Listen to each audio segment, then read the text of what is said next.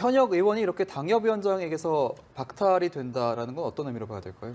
아주 이례적인 건데요. 제가 볼 때 뭐 친박 청산 그리고 바른정당 복당파에 대한 보훈 마지막으로는 당내의 친원계 친정체제의 강화 이 세 가지 의미가 있지 않나 싶은 생각이 듭니다. 예. 아시겠지만 현재 지난번 원내대표 경선에서 삼선의 김성태 의원이 108명 현역 국회의원 참석하는 의원 중에서 55표를 받아서 당선됐고 그리고 친박의 홍문종 의원이 35표로 낙선하지 않았습니까? 그것이 아주 상징적 사건이었는데 당내의 헤게모니가 이제 친박에서 친홍 체제로 완전히 재편되었다. 따라서 다가올 당무감사에서 대대적인 친박 청산에 나설 거라는 생각이 들었고 특히 김성태, 김영우, 이진복, 강길부, 여상규, 홍철호, 정양석 의원 등 바른정당에서 복당한 의원들의 지역구를 대대적으로 불가리해서 이분들에게 당협위원장에 앞으로 할 기회를 열어줬다. 이 점에서 볼 때는 바른정당 복당파에 대한 보훈 성격이 아주 강한 게 아닌가 싶은 생각이 듭니다. 예. 잔발과 후폭풍에 관한 얘기를 좀 더 해보면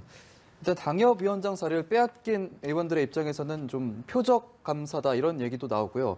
홍준표 대표의 사당화 논란도 계속해서 제기가 되고 있는 상황인데 좀 어떻게 보십니까? 존경하는 차명진 전 재선 의원께서 지금 당무감사를 직접 받으시고 구사일생으로 돌아오셔서 감정에 아직 북받쳐 계신 것 같은데 외부에서 객관적으로 보기에는 친박이 청산되어진 이분들이 과연 반격할 수 있을 것인가. 지난번 원내대표 선거를 보더라도 유기준, 홍문종, 한선교 의원 등 친박의 구심점 없이 갈갈이 흩어지는 그런 현상을 보였고 특히 이번에도 서청원 의원은 이번에 당무감사에 당협위원장에서 배제되었는데 대구 경북을 중심으로 하고 있는 최경환 의원은 건드리지 않았거든요. 예. 물론 최종적으로 유죄가 확정나지 않아서 검찰 기소가 아직 확정되지 않았기 때문에 그럴 수도 있지만 제가 볼 때는 홍준표 대표 체제에서 선택과 집중을 좀 분명히 한 것 같다. 그래서 친박을 분열시켜서 그 내에서 일정하게 수도권을 중심으로 한 친박에게 청산의 칼을 디밀었다는 생각이 들고 두 번째는 박근혜 전 대통령이 탈당했을 때도 친박들의 저항들이 거의 크지 않았습니다. 이 얘기는 뭐냐면 친박의 새로운 정치적 중심과 구심이 없다라는 것을 의미하고 세 번째로는 지방선거하고 총선 출마자들이 친박 청산에 대해서 대폭적으로 지금 당내에서 환영하고 있는 건 아닌가. 즉 친박이라고 하는 그 마크를 달고 다가오는 지방선거와 내후년 총선에 임했을 때 백전백패가 불가피하다. 이런 전후 과정 때문에 친박이 사실상 이 당무감사 결과에 대해서 도전하기란 쉽지 않은 분위기라는 생각이 들고요. 특히 지금 원외위원장 대신 원외위원장을 쳐내면서 불가리하면서 비워놓은 것이 바로 바른정당의 현역 국회의원들의 지역구입니다. 네. 그러니까 이 현역 국회의원들에게 원외위원장이 도전할 수 있겠는가 이런 걸 봤을 때 생각보다 반발들은 찻잔 속에 태풍에 그칠 가능성이 매우 높다. 따라서 홍준표 체제의 안정화와 그리고 바른정당 복당파들에 대한 배려를 통해서 사실상 당내 친박 의원들이 소수파로 전락한 결정적 계기, 즉 오늘의 홍준표 대표의 친이 구태타는 성공적인 게 아닌가 싶은 생각이 듭니다. 예. 일단 지금 여당과 야당의 좀 반응이 좀 다릅니다. 여당은 한반도 평화를 위한 성과를 냈다 이렇게 평가를 했고 야당은 국격 훼손 정상 외교였다라고 비판을 한 상태입니다. 어떻게 좀 보십니까? 아니 오바마 대통령이나 클린턴 대통령이 태국이나 베트남 가서 혼자 쌀국수 먹으면 쌀국수 외교고 문재인 대통령이 서민들이 이용하는 중국 식당 가면 혼밥 외교입니까? 제가 볼 때는 야당이 방중 성과에 대해서 지나치게 평가절하하는 것은 국내 정치에 그러니까 대통령의 외교 행보까지 이용하려고 하는 지나친 정치 공세가 아닌가 싶은 생각이 들고요.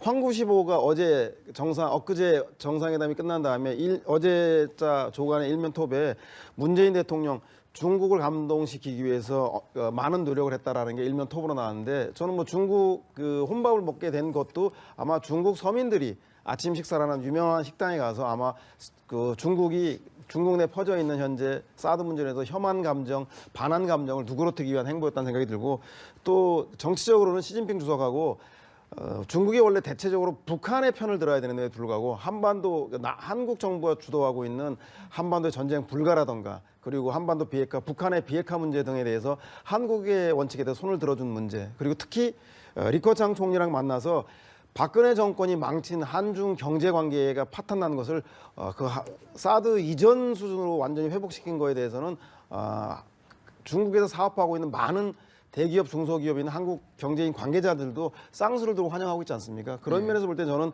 이번 그 회담이 예전에 보수 정당이 그 보수 정권이 집권해서 망친 한중 관계를 복원시키기엔 짧은 시간이었다. 그럼에도 불구하고 의미 있는 첫걸음이었기 때문에 향후에 경제 문제를 비롯해서 정치 군사 문제까지 한중 관계가 원래 상태로 그 회복되는 중요한 신호탄이 아니었냐 그렇게 평가하고 싶습니다. 예. 네, 사실 뭐 이번에 4대 원칙 합의를 놓고서도 뭐 새로울 게 없었다 이런 내용도 나오고요. 이에 대한 생각은 어떠신가요?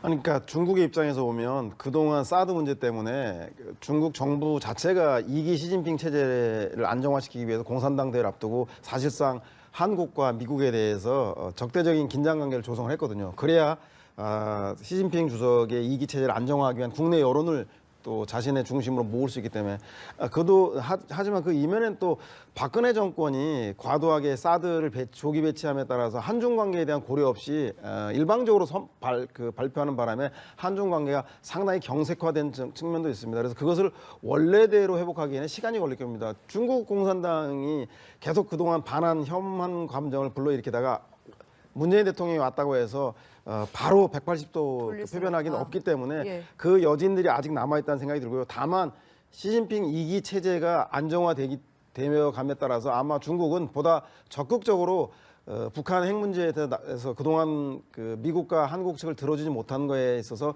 보다 더 적극적으로 나설 가능성이 매우 높습니다. 그래서 저는 이런 전국의 변화를 제대로 간파하고 평창 올림픽에 전격적으로 북한 선수단이 참석한다던가 아니면 남북 그 회담을 위한 북한의 특사를 보낸다던가 저는 중국이 얼마든지 북한의 핵 문제의 평화적 해결을 위해서 북한을 압박하러 나갈 가능성이 매우 높다. 그래서 변화된 정세에 맞는 변화된 대북 문제에 대해 전향적 자세를 갖는 것을 이번 한중 회담이 의미하는 바는 아닌가 싶은 생각이 듭니다. 예, 알겠습니다. 예. 돌아가라고 말씀하셨는데 오히려 좀 속도를 사실은 더 내는 분위기예요. 손학규 상임 고문에게 지금 비대위원장을 맡기자는 얘기까지 나오고 있거든요. 어떻게 보십니까? 저는 당내에 국민의당 내에 있는 중도 개혁적인 성향 그리고 호남을 기반으로 한 정치인들은 손학규 대표가 중재를 하기를 강력하게 원할 텐데 문제는 안철수 대표가 전혀 바라지 않을 겁니다. 예. 손학규 전 대표는 잘 아시다시피 중도 정치와 개혁 정치의 통합을 항상 얘기했기 때문에 아마 바른정당과 국민의당의 통합은 지지할 겁니다. 그런데 그 통합의 방향이 결국은 민주당과 통합으로 가야 한다. 즉 중도 개혁 세력이 통합돼야 한다라고 하는 방향을 갖고 있는데 안철수 대표는 정반대 아니겠습니까? 바른정당과 국민의당과의 통합한 기반으로 해서 아마 제가 볼 때는 자유한국당과 선거연대 즉 문재인 대통령의 독주를 견제하기 위해서 할 수 없이 야권 단일화가 돼야 한다라고 하는 보수 중도 통합을 네. 추진할 것이기 때문에 손학규 대표와 안철수 대표는 서로의 가는 길이 다르다. 그렇기 때문에 저는 손학규 대표가 나서서 이 중도 개혁 통합을 추진하고 싶어도 아마 안철수 대표 측에서 적극적으로 반대해서 현실적으로 성사되긴 상당히 어렵지 않겠나 싶은 생각이 듭니다.